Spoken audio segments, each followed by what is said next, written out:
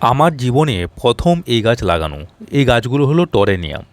এগুলো পিঞ্চিং করলে প্রচুর শাখা হয়, প্রচুর ফুল হয়। এগুলো 10 টাকা করে আমি মিত্র রোজ নার্সারি থেকে এখানে মেদিনীপুরে কিনেছি। আর এই যে সারটা দেখছেন, এটা গোলকুয়া চকে একটি মেদিনীপুরের দোকান আছে, সেখান থেকে 30 টাকা কেজি ধরে আমি কিনে এনেছি 2 কেজি। তার 500 মতো মিশিয়েছি। একটু পাথর দিয়ে আমি প্রথমে ওই ফুটোটাকে বন্ধ করে দিয়েছি, তারপর মাটিটা দিয়েছি। তাতে কিন্তু জলটা দাঁড়াবে না, জল বেরিয়ে যাবে। তো সিম্পলভাবে শুধুমাত্র কেঁচো সার দিয়ে আর নদীর বালি মাটি যেটা আমাদের থাকে সেটা দিয়ে গাছ লাগানো। এখন কিন্তু গাছে কোনো রোদ লাগানো যাবে না। এই 5টা দিন, মিনিমাম 5টা দিন ওয়েট করুন। শুধু গাছের রাতের যে শিশিরটা সেটা পাবে, আর কিন্তু কিছু নয়।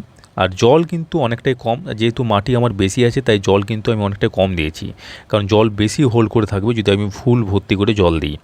তো আমি জলের ব্যাপারটাও দেখিয়েছি এখানে ভিডিওতে। এই যে 1 মগ জল আমি 2টো গাছে দিয়ে দিয়েছি।